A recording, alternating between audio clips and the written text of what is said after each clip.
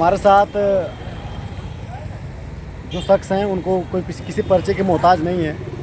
Sir आप ये बताइए कि 7 साल से ये योगी सरकार भर्ती नहीं दे रही है डीएलएड बीटीसी वालों को, इस पर आप क्या कहना चाहेंगे? देखिए, भारतीय जनता पार्टी की सरकार शिक्षा के क्षेत्र में जो है हमारे पिछड़े दलित वंचित समाज को जो है पीछे ले जाने का काम करती है। इस समाज का शिक्षा से कोई सरोकार नहीं है। हमारे बच्चे 2018 से आज तक जो है बेरोजगारी का दंश डीएलएड करके बीटीसी करके तमाम बच्चे हमारे बीएड करके जो है UP TET C TET qualify करके दर दर की ठोकरें खा रहे हैं। और उत्तर प्रदेश शिक्षक और छात्र समानुपात का बहाना बना करके हमारे बच्चों का भविष्य अंधकार में डालने का काम कर रही है। जबकि 1,24,000 कुछ पद जो है उत्तर प्रदेश में शिक्षक का कम है।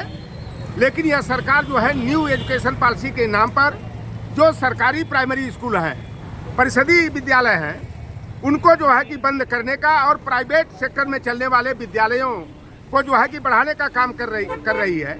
अगर सरकार जो है बुनियादी शिक्षा पर ध्यान देती तो आज हमारे प्रदेश की ये हालात नहीं होते और तमाम बच्चे किसी भी वर्ग के हों, ओबीसी हो, एससी हो, एसटी हो, सामान्य वर्ग के हों, जो बच्चे डीएलएड करके बीटी सारे बच्चे परेशान हैं। तमाम तो मैं क्षेत्रों में जाता हूँ, तमाम बेटे और बेटियाँ मिलते हैं, वह यही सांस मिल हमारी बेटियाँ रहती हैं कि अगर हमारी नौकरी लग जाती तो हमारा भी हाथ पीला हो जाता। तमाम बच्चे जो है कि नौकरी मिल जाएगी तो हमारी भी शादी हो जाएगी। तमाम ऐसे बच्चे जो हैं सामाजिक दंश को झेल रहे हैं, बेरोजगारी के दंश को झेलते हुए तमाम बच्चे आत्महत्या करने को भी मजबूर हुए और इलाहाबाद में कर भी रहे हैं। उत्तर प्रदेश की सरकार से हमारी मांग है कि न्यू एजुकेशन की केवल बात न करिए। आइए, फ्री में राशन देने की बात सरकार करती है, हमें फ्री में राशन नहीं चाहिए। हमें जो है फ्री एजुकेशन की ज़रूरत है, फ्री हेल्थ की ज़रूरत है। और उत्तर प्रदेश की शिक्षा व्यवस्था को अगर मजबूत करना है तो परिषदीय विद्यालय, सरकारी प्राइमरी विद्यालयों में शिक्षकों की बहाली करके, और क्यों नहीं सरकार जो है कि 1 नेशन और 1 इलेक्शन की बात करती है तो 1 नेशन 1 एजुकेशन 1 सिलेबस की बात क्यों नहीं करती? ठीक है, अगर शिक्षा में सुधार करना है, जो कॉन्वेंट स्कूल हो चाहे मिशनरी स्कूल में जो सिलेबस चलते हैं वह परिषदीय विद्यालय में सिलेबस लागू करो, बेसिक शिक्षा विभाग में उसको लागू करो। सर एक सवाल और कि सरकारी जो प्राइमरी स्कूल हैं उसमें गरीब परिवार के बच्चे पढ़ते हैं, तो क्या कहीं ऐसा तो उनका प्लान नहीं है कि गरीबों को ही मिटा दो, इनको शिक्षा से वंचित कर दो?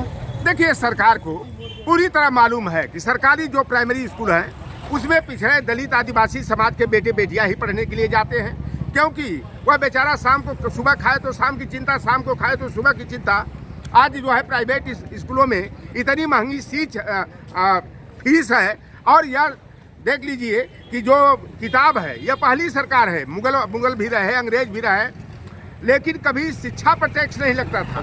यह पहली सरकार है जो कॉपी, किताब, कलम और पेंसिल पर जो है कि 28% जो है जीएसटी लगाने का काम करती है।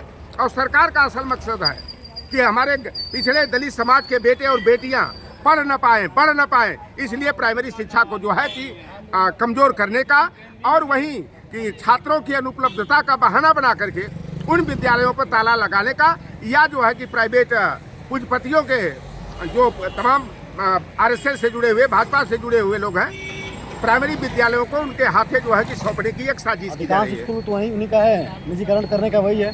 तो जैसा कि आपने देखा कि आदरणीय सर ने कितने अच्छे तरीके से बात रखी और पूरा विधिवत जानकारी, हम लोग आंदोलन करके जो जा रहे थे तो सर यहीं पे थे, उनको इस चीज़ का पूरा जानकारी था कि नहीं शिक्षक भर्ती का आंदोलन चल रहा है। तो उन्होंने कहा कि भाई नहीं, हमारे घर ऐसा कोई परिवार नहीं जहाँ पे डीएलएड बीटीसी के ना युवा हों। साथियों, इसलिए आपसे मैं अपील करता हूँ कि अधिकारियों ने जो आश्वासन दिया है उस पर तो हम अडिग हैं, लेकिन उस डेट के बाद अगर वो अपने बात पे खड़े नहीं उतरते हैं तो ये आंदोलन बहुत विशाल होने वाला है। और उसके बाद हम ये नहीं देखेंगे कि किस पार्टी को आंदोलन में लाना है, उसके बाद सारी पार्टियाँ हैं, सारी विपक्षी पार्टियों को लेकर के जो जनसलाह इकट्ठा मैं करूँगा, उसके बाद कोई ये मत कहना कि पार्टी वाइज, ठीक है? क्योंकि 7 साल का समय बच चुका है, अब आर या पार की लड़ाई होगी। और अब नेक्स्ट लड़ाई में अगर जो समय इन्होंने दिया है कि नहीं 3-4 महीने में भर्ती 2-3 महीने में कराएंगे, अगर उस पर खड़े नहीं उतरते हैं तो फिर मैं सभी विपक्षी पार्टियों को, जितनी भी विपक्षी पार्टी को सत्ता पक्ष सुन नहीं रहा है, सबको लेकर के मैं लखनऊ के धरती पर उतरूँगा अपने युवाओं साथियों को लेकर के। ठीक है साथियों, आगे जो भी अपडेट होगा आपसे साझा होती रहेगी। तब तक के लिए धन्यवाद, थैंक यू सो मच।